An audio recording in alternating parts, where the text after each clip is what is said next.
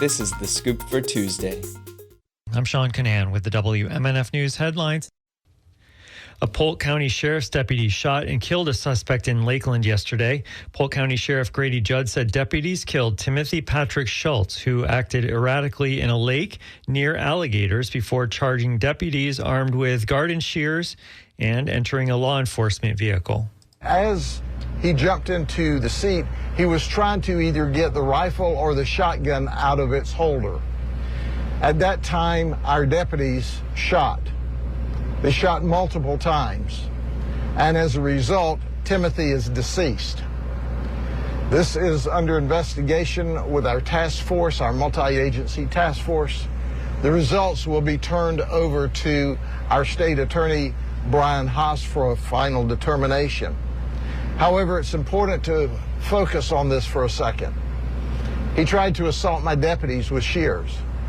Then he jumped into their vehicle, which is an armed burglary with the shears, trying to get the rifle and or the shotgun out.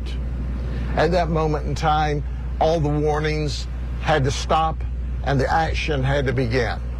And that's when they shot him, enough to stop the threat.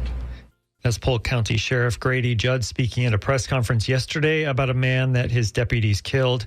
The sheriff's office says the officer-involved Deadly Incident Task Force for the 10th Judicial Circuit is investigating, and that there's an internal investigation by the PCSO Administrative Investigations Unit.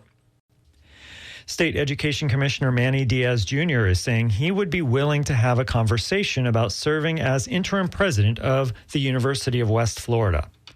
The school's Board of Trustees will hold a special meeting today to formally accept the resignation of President Martha Saunders, who this month announced she is stepping down, and to name an interim replacement. Diaz is an ally of Governor Ron DeSantis. He's a former Republican state legislator from Hialeah and was appointed Education Commissioner in January of 2022. Florida faces criticism for a string of politicians taking on the presidencies of state colleges and universities. New College of Florida, the small Sarasota school that underwent a political takeover by DeSantis in 2023, has been making headlines for various controversies this month.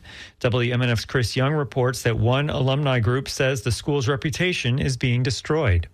4 alumni have threatened to sue New College administration, saying the administration misused donor funds. Meanwhile, the school's former communications director is facing new felony charges for indecent exposure, and new documents have come to light about backdoor talks to give USF's Sarasota Manatee campus to New College. William Rosenberg is the president of the Novo Collegiate Alliance and an alumnus of New College. Am I surprised? No. Am I absolutely appalled? Yes.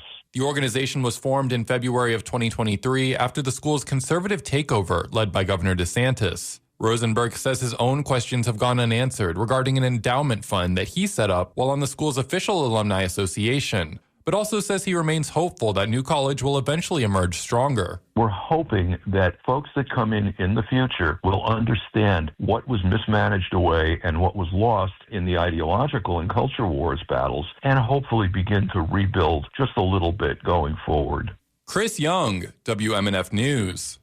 On Friday, the state legislature formally sent a bill to Governor DeSantis that would prevent elementary and middle school students from using cell phones during the entire school day. Another bill would create a new third-degree felony offense of animal cruelty for people who restrain dogs outside during natural disasters. The cell phone change, which was included in a broader education bill, would expand a current law. It would prohibit cell phone use throughout the school day in elementary and middle schools.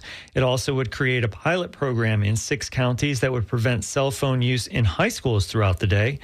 The animal cruelty proposal was crafted after a dog was found last year tied to a fence along Interstate 75 during Hurricane Milton.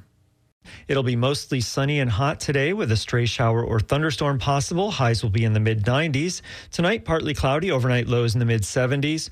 Tomorrow, partly cloudy and hot with a stray shower or thunderstorm possible and highs in the mid-90s. I'm Sean Canan with the WMNF News headlines. This is The Scoop, recorded at WMNF Tampa.